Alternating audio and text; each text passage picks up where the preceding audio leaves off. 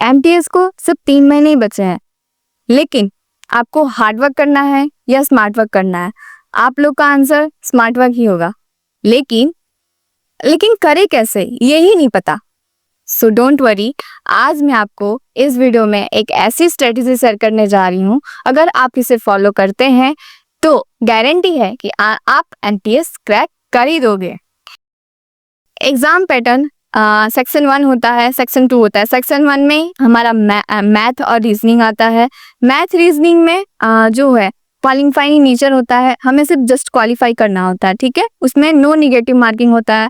और जो सेक्शन 2 होता है उसी से हमारा मेरिट बनता है, उसी से डिसाइड होता है कि हम एमटीएस में हमारा क्या है, ठीक है। तो अब बात करें सेक्शन 2 की, हमें उसी में मेरिट बनाना है, हमें उसी पे फोकस करना है।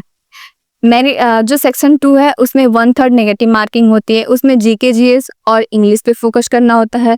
इंग्लिश जो है हमें पहले तो हमें 2 महीने पहले जो अभी हमें एग्जाम के 2 महीने पहले हमें हमारा सिलेबस कंप्लीट करना है ईच एंड एवरी सब्जेक्ट में, ठीक है। तो इंग्लिश में हमें 3 घंटे देने हैं और जीके जीएस में हमें 2 घंटे देने हैं। हमें जीके जीएस में जो है 2 सब्जेक्ट लेके चलना है और इंग्लिश में हमें 3 घंटे देने हैं और डेली हमें सेक्शनल टेस्ट लगाने हैं दोनों के। अब हम डिटेल में बता करते हैं कैसे करना है। इंग्लिश में मेन हमारा होता है vocab, grammar and comprehension portion, ठीक है। वोकैब जो है देखा जाए तो 30 मार्क्स के अराउंड आता ही आता है। वोकैब हमें डेली 50 वोकैब याद करने हैं। उसके बाद हमें जो ग्रामर है वो डेली 1 टॉपिक हमें कंप्लीट करने ही करने हैं। उसके बाद हमें कॉम्प्रिहेंशन में डेली एक क्लोज टेस्ट कंपलसरी हमें लगाना ही लगाना है।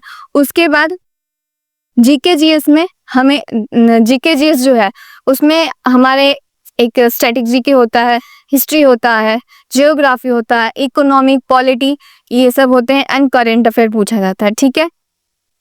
तो हमें 2 सब्जेक्ट लेके चलने हैं। देखिए जीके जीएस में है ना, हमें पहले 2 सब्जेक्ट को कवर करना है और हमारा मेन जो स्ट्रॉन्ग जो सब्जेक्ट है वो स्टैटिक है।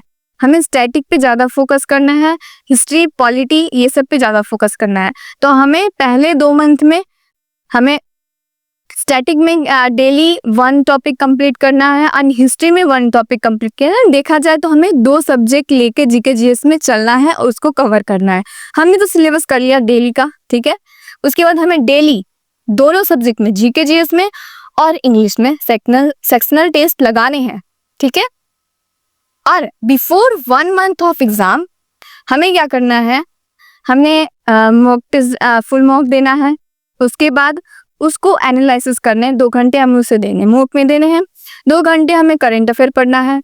2 घंटे हमें रिवाइज करना है, जो हमने पिछला सिलेबस कंप्लीट किया है उसे हमने ये कर लिया, ठीक है। अब बात करें अब कितनी तो सबको तो मैथ और रीजनिंग सबका स्ट्रांग तो नहीं होगा ना। एमटीएस दे रहे हो भाई, सबका स्ट्रांग नहीं होता है, सारे स्टूडेंट एक जैसे नहीं होते हैं। तो मैथ और रीजनिंग में क्या करना है, हमें daily before 1 month of exam हमें डेली उन्हें एक घंटे देने हैं पर सब्जेक्ट को। डेली हमें उनका मैथ का पीवाईक्यू लगाना है, उसको प्रैक्टिस करना है और उसको एनालिसिस करना है। ऐसे ही सेम रीजनिंग में ही करना है। देखिए अगर आप इसे फॉलो करते हैं तो आप आसानी से एमटीएस निकाल दोगे। मैं आपको पहले से ही बोलते आ रही हूँ कि हमें लिमिटेड सोर्स रखना है, हमें अलग अलग स्ट्रेटेजी नहीं अपनानी है, हमें एक ही स्ट्रेटेजी को फॉलो करना है और उसी को फॉलो करना है। आपको इस स्ट्रेटेजी से 1 वीक में ही आपको इसका रिजल्ट दिखने लगेगा। अब बात करें, आपने स्ट्रेटेजी तो पता कर ली, लेकिन अभी कितनों को यही डाउट होगा कि स्टार्ट कैसे करें। तो डोंट वरी, मैंने आपको पिछले वीडियो में इसके बारे में डिटेल में बताया है, तो आप उसको जाके देख लीजिए और स्टडी करते रहिए, मोटिवेटेड रहिए, अपने हेल्थ पे ध्यान रखिए। मिलते हैं नेक्स्ट वीडियो में, बाय।